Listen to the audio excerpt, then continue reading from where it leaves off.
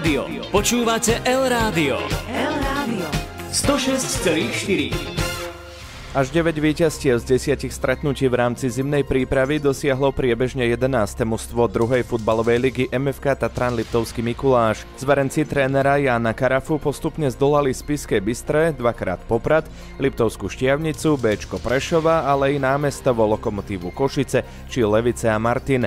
Na cíli Liptákov bol len český zástupca z Třinca, tréner Ján Karafa. Výsledkovo to išlo. Je pravda, že sme hrali prevažne s mužstvami z 3. ligy. Ťažko nejak hodnotiť našu pripravenosť. Je pravda, že tie zápasy sa zvládli, ale súťaž bude určite o niečom inom, takže. Ale každopádne si myslím, že mužstvo je po fyzickej stránke slušne pripravené. Chlapci sa tešia na prvý zápas, takže verím, že to aj dobre dopadne. Z porcie 28 sietených gólov zaznamenala 2 presné zásahy aj nová posila Tatrana, Dušan Kucharčík, Zemeška Žilina. Som rád, že to padlo, ale príprava bola ťažká, pretože doraz od dorastu ku mužom je ťažšie asi pre každého hráča a som tu najmladší, tak dúfam, že sa zaslonil dobre. Hlavne, že sme vyhrávali a na to v lige pôjde. Naopak v kolónke inkasovaných gólov v príprave svieti pri Liptákoch číslo 9, a teda priemer menej ako 1 gól na stretnutie. O túto lichotivú vizitku sa postaralo brankárske duo Šavol Macík. V akej forme sa cíti čerstvý dvojnásobný otec Matej Šavol? Tak ja vždycky v najlepšej. Tak hlavne, že musel sa dať dokopy, ako psychicky tieto víťazstvá nám pomohli, nie sú tam žiadne prehry alebo niečo také, takže dáme sa dokopy a ideme. Dôležitou otázkou v rámci každej prípravy sú aj príchody, respektíve odchody z kádra.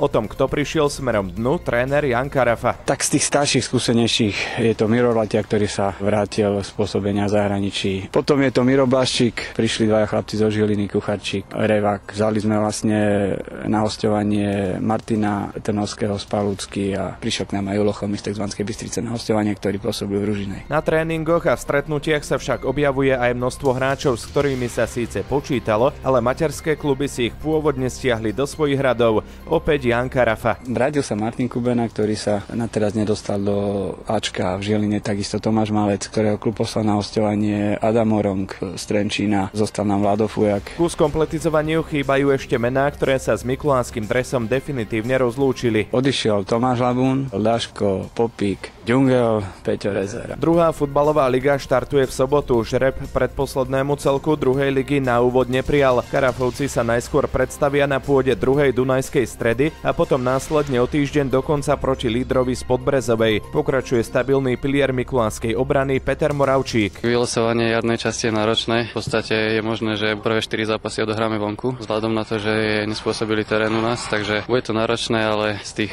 prvých 2 zápasov, keď sme 4 body doniesli, boli sme veľmi radi. Pavol Tomčík, El Rádio. El Rádio žije Liptovom, Liptov žije s El Rádiom.